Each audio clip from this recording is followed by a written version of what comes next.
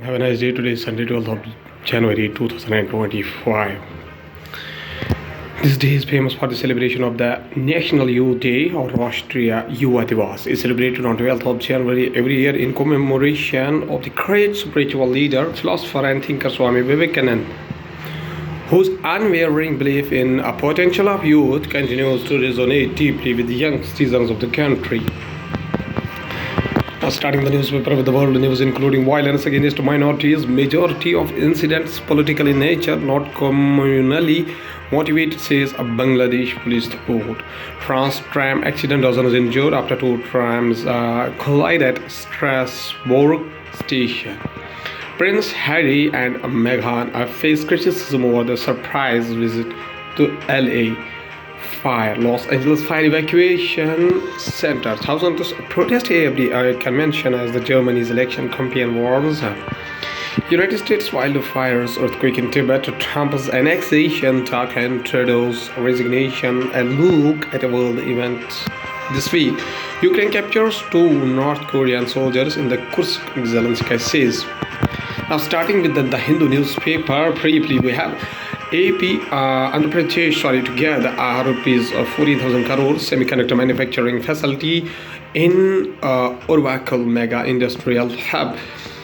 A Ministry of Union being signed for a semiconductor manufacturing unit in Andhra Pradesh at a meeting in Hyderabad on Saturday. Industries Minister T.G. Bharat and HRD Minister Narak Lokesh are also seen. Indichip Semiconductors Limited and MS Yitoa Microtechnology Limited YMTL of Japan signed Ministry of Union with the state government for the project. The Indichip Semiconductor Limited and its joint venture partner MS Yitoa Microtechnology Limited and YMTL of Japan have signed a memorandum of understanding Ministry of Union with the Andhra Pradesh government to set up India's first private semiconductor manufacturing facility in the state with an investment more than 14,000 crore. The Ministry of Union was signed in Hyderabad. The proposed facility will focus on manufacturing silicon carbide SiC chips, contributing to India's technological advancement and sustainability goals. Minister of Industries T.G. Bharat told the Hindu over the phone on Saturday. Nicolas Maduro back in power with favor friends. Nicolas Maduro, here's an artificial picture.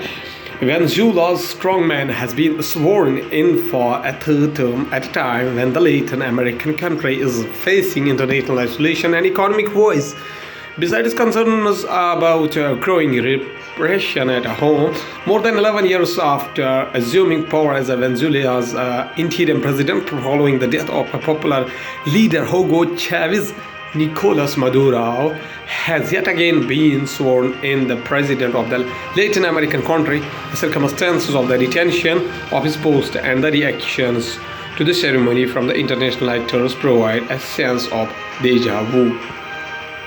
In 2019, when Mr. Maduro was sworn in for the second time as a president, nearly 40 countries, including the United States, neighboring Colombia and Brazil, and those belonging to the European Union, refused to recognize his presidency. 16 United Nations recognized countries sent representatives, including Bolivia, Cuba, Nicaragua, and El Salvador. Now, going towards the Hindustan Times newspaper, states that 2024 ocean temperature hit all-time high report. Sunrise over the wildfire smoke off from the Palisades fire scene at dawn on a Friday in the Pacific Palisades neighborhood for the Los Angeles in California.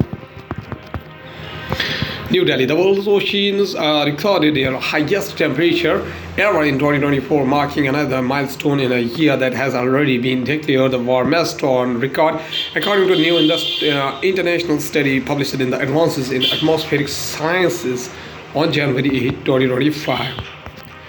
Mama Shami makes India come back after 14 months. Mama Shami in action during the last months of Syed Mushtaq Ali Trophy. Mumbai, Mohammad Shami, master of the upright seam and nagging accuracy, will return to the international fold. After a gap of 14 months, the pacer has been picked for the 5-match T20 series against England at home starting on January 22, raising hopes that an injury-free run may see him picked for the ICC Champions Trophy to be played from the February 19 to March 9. Now going towards the economy of the country from the business point of view, microfinance delinquencies are nearly doubled to over rupees 28,000 crore in a year. Elections and extreme weather conditions hindered loan recovery efforts. The rise in the delinquencies may push up the credit cost for the NBFC MFIs, potentially impacting the microfinance sector's growth. The slowdown in the economy has also contributed to the indebtedness and the stress in the microfinance sector. Iraq, United Arab Emirates are keen as India's Russian oil imports slip in the 12-month low in December amid Moscow's high domestic demand. Indian refiners cumulatively imported nearly 49,000 BPD of Saudi Arabian crude in December month, up 4.4% sequentially.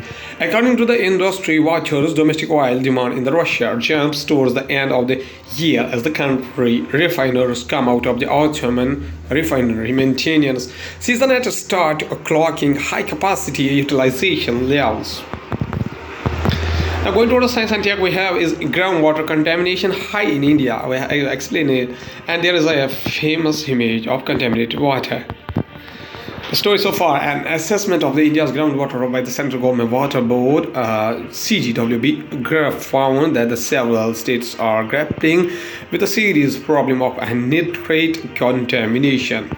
Here, the source of contamination, the most concerning finding was the number of districts with excessive nitrate in their groundwater rose from 359 in 2017 and to 440 in 2023. This worked out to nearly 56% of the India's districts have excessive nitrate in groundwater, defined as having more than 45 milligram per liter of the 15,239 groundwater samples collected from across the country for testing. 19.8% samples had nitrogenous compounds above safe limits. Though it must be said that this proportion has not substantially changed since 2017. In the 13,028 samples analyzed in 2017, for instance, 21.6% had excessive nitrate. There are two major concerns with the excess nitrate content. One is the methemoglobinemia, or reduced the ability of red blood cells to carry oxygen. A bigger problem with the excessive nitrates are environmental. Once the nitrates in the groundwater rise to the surface and become part of the lakes and ponds, algal blooms throttle the health of aquatic ecosystem. V. Narayan, rocket scientist. Cartoonist image. The cryogenic pioneer is taking over the Indian Space Research Organization when the agency is working on a series of high-profile missions, from the Gaganyaan human space flight program to Chandrayaan-4. The cryogenic pioneer is taking over the ISRO when the agency is working on a series of high-profile missions, from the Gaganyaan human space flight program to Chandrayaan-4. The first big news from the Indian Space Research Organization (ISRO) in the new year seems to have an inbuilt element of surprise in it. On January 7, V. Narayan, a rocket and spacecraft propulsion expert who heads the ISRO's Liquid Propulsion System Center (LPSC) in the Thiruvananthapuram, was named successor to Dr. S. Somnath, the current chairman of the space agency. The face of the ISRO since January 2022, Mr. Somnath is highly regarded, cutting a dynamic and impressive figure, especially with the younger ISRO heads. Insider speak is that many within the organizations were expected his term to be extended. Comparisons with his predecessor will be par for the course when Mr. Narayan, who joined the ISRO 40 years ago, eases into the top spot on January 14. So the change of God is happening at a critical moment for ISRO, now guided by the Space Vision 2047. On the one hand, a series of high-profile missions are in the works: the Gaganyaan human spaceflight program, the Chandrayaan-4 lunar mission, the development of the Bharatiya Antariksha Station, India's own space station. Repeat the name: Bharatiya Antariksha Station. Okay, go ahead. India's own space station and landing on the moon by 2040. To name a few. On the other, the Indian space sector is in a state of flux with the space policy temporarily opening it up to private players. Now, at last, there's a famous personality whose name is Nelson Rolihlahla Mandela, born actually in the Rolihlahla. Mandela, in 18th of July 1918, 5 December up to 5 December 2013, was a South African anti-apartheid activist and a politician who served as the president of the South Africa actually from 1994 to 1999. He was the country's first black head of the state and the first elected in a fully representative democratic election.